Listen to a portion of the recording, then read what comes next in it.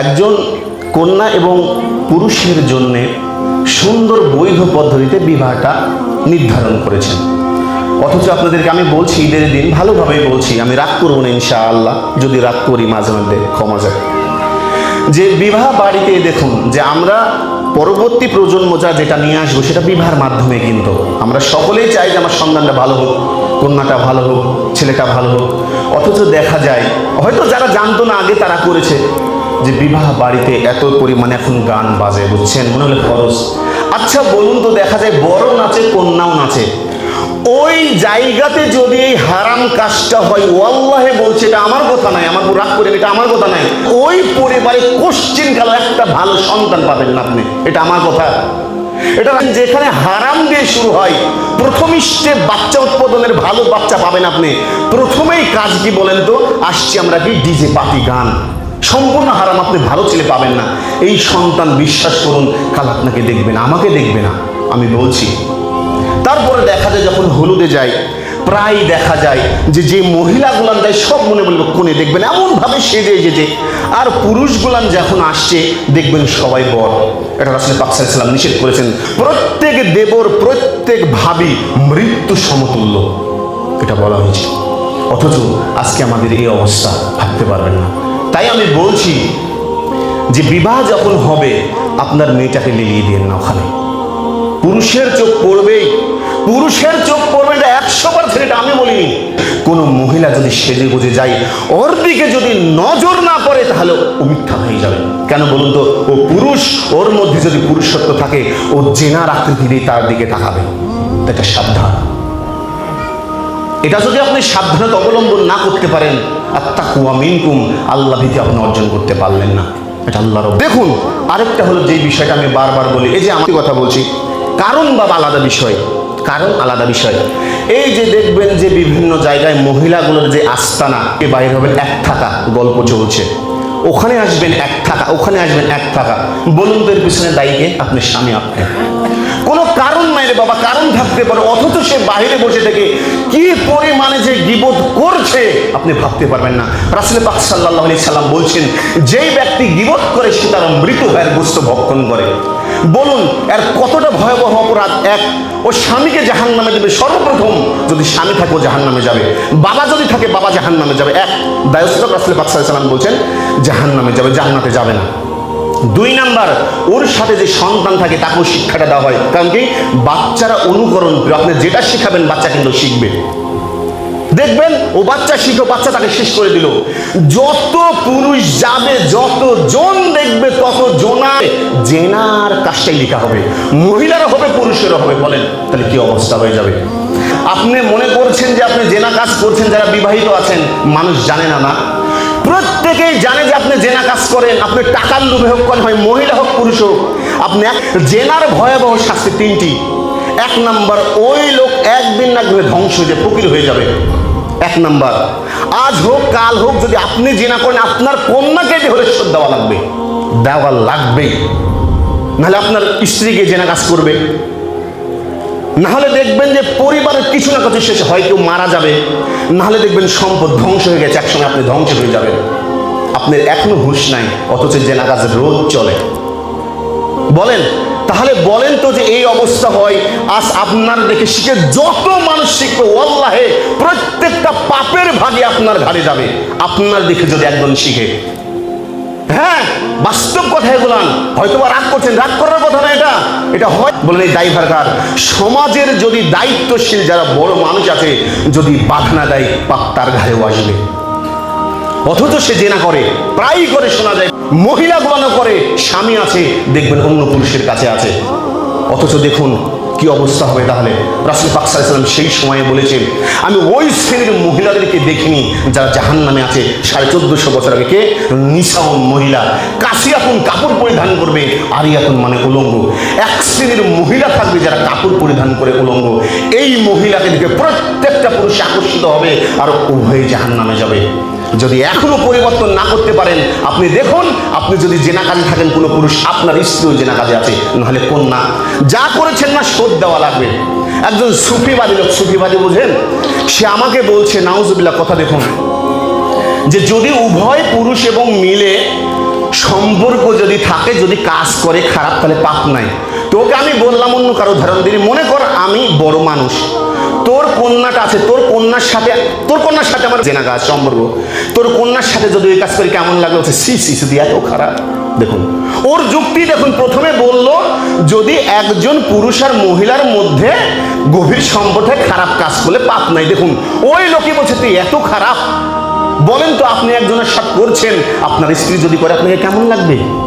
তাই বলছে প্রস্তুত থাকেন, জেনার ভয়াবহ একদিন না একদিন লোক ধ্বংস হয়ে যাবে, মানসিক অশান্তি পাবেন, ওই পাপের দরুন আপনাকে শোধ দেওয়া লাগবে, পরকালেও দেওয়া লাগবে, এক ভয়ানক জিনিস।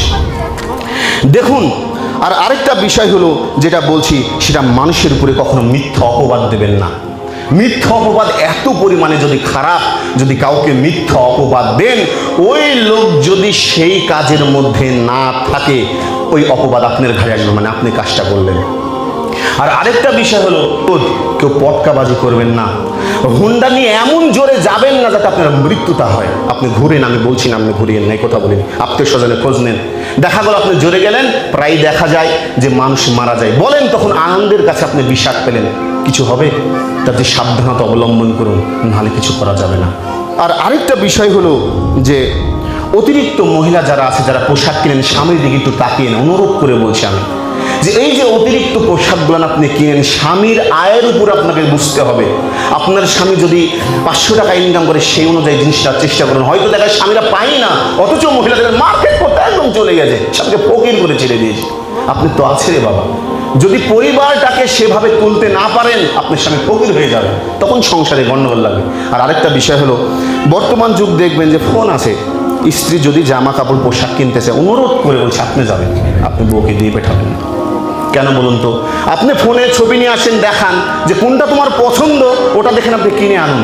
এই জন্যই বলছে রাসূল পাক সাল্লাল্লাহু আলাইহি সাল্লাম যে কিয়ামতের আগ দিয়ে প্রত্যেকটা জায়গায় মহিলাদের বিচরণ থাকবে, এরা পুরুষের উপরে কর্তৃত্ব সৃষ্টি করবে, পুরুষকে নাজেহাল করে দেবে। দেখবেন এই অবস্থা বর্তমানে আছে, সেটা যেখানেই বলুন। তাই বলছি সাবধান, যদি মহিলারা এই সম্পর্কে না বুঝে, তাহলে অবস্থা ভয়াবহ হয়ে যাবে, ভবিষ্যতে আপনি কিছু ভালো পাবেন না। আর বারবার বলছি, যারা বউ আছেন তারা শাশুড়িকে দেখার চেষ্টা করুন। এই জন্য বলছি দেখার চেষ্টা করুন, আপনি যতটা দেবেন তার দ্বিগুণ পরিমাণে আপনি আরও পাবেন। কেন বলুন তো? আপনার শাশুড়িকে যদি আপনি একবেলা খেতে না দেন, আপনি 3 বেলা পাবেন না সামনে উপস্থিত। কেন বলুন তো?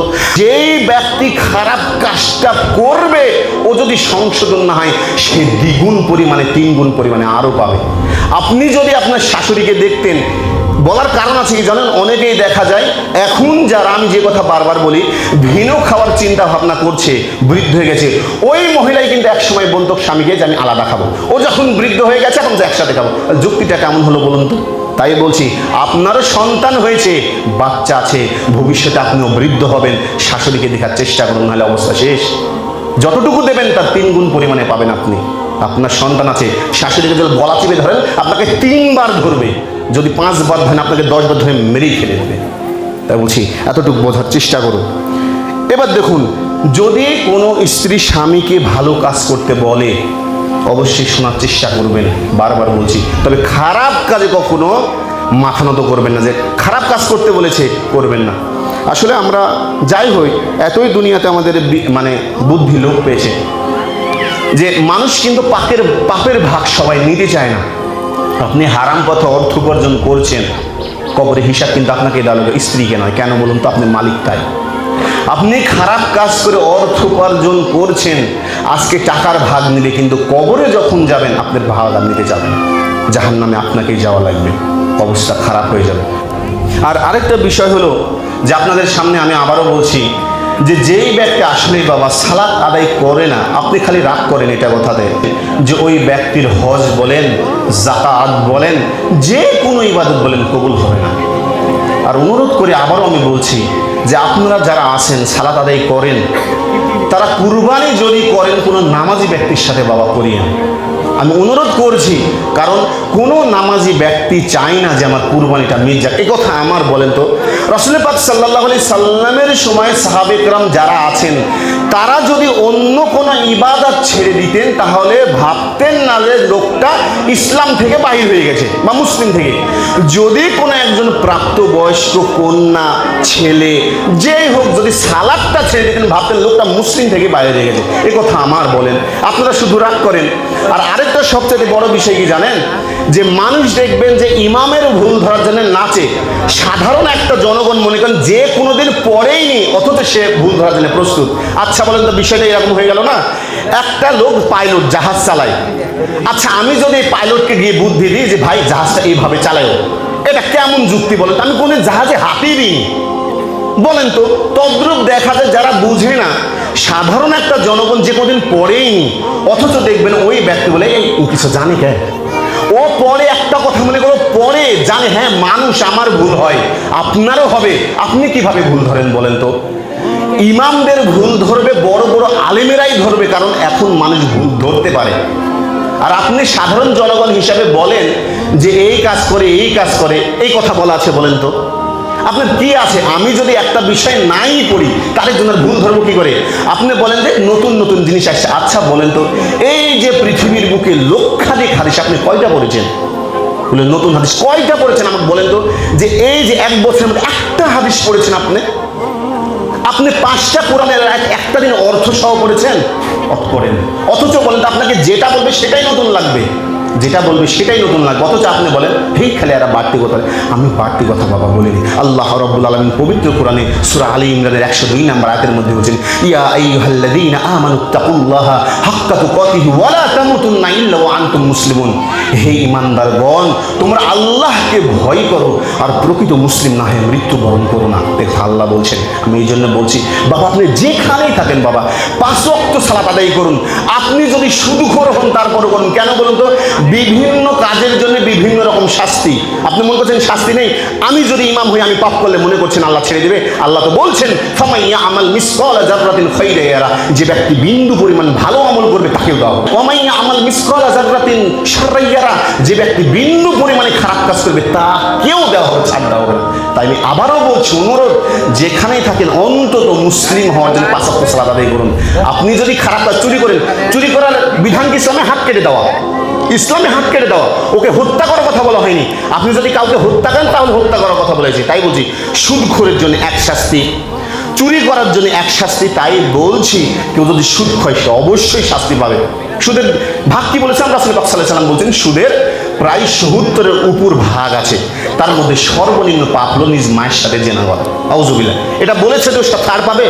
তাই বলছি কারো ভুল না ধরার চেষ্টা করে, অবশ্যই আমি যদি ভুল করি আপনি করেন, তাকে সর্বপ্রথম লুক করে বলেন, মানে চুপি চুপি, যে ভাই এটা ভুল হয়েছিল, শুধরে যাবে। আর যদি পারেন, যদি ইমাম থাকে কাউকে তো নির্দিষ্ট করে বলবে না, ওখানে বলে দেবে। তবে চেষ্টা করুন ভালো হওয়ার। মৃত্যু যে কোনো সময়। গত বছর দেখুন অনেক মানুষ ছিল আমাদের মাঝে। এই যে আমাদের এখানে নানি ছিল, সিফাত মামা ছিল, তারপরে হচ্ছে আমাদের আব্বা চাচা মারা গেল, কিন্তু বেঁচে যায় সালাত আদায় করতো। অন্তত সালাতের জন্য হলো সে বেঁচে যাবে। আপনি কিভাবে বাঁচবেন বলুন? আমাদের মাঝ থেকে আমার এক ভাই হাবিবুল্লাহ মারা গেছে। কত বছর বয়সে? 23-24 বছর বয়সে। বলেন তো, আপনি যে ভাবছেন আমি সামনে পড়বো, এর গ্যারান্টি আছে যে আমি বাঁচবো? আপনি বলেন যে মাগরিবে, আরে মাগরিব না, আপনি এখনো বাঁচবেন, কে গ্যারান্টি কে দেবে বলুন? আর যদি আপনি মারা যান, আপনি কাফির অবস্থাতে মৃত্যুবরণ করবেন। আমার কথা নয়, আপনি পড়বেন, বলছে যেই ব্যক্তি বেনামাজি প্রাপ্ত বয়স্ক সে যদি মারা যায় সে সারা জীবন জাহান্নামে থাকবে। এ কথা আমি বলিনি বাবা, আমার পুরো রাগ করিয়ে নিয়ে কথা আমি বলিনি। যাই হোক, আল্লাহ রাব্বুল আলামিন আমাদেরকে সঠিক বুঝার এবং মা তৌফিক এনায়েত করেন। সকলে বলি আল্লাহুম্মা আমিন।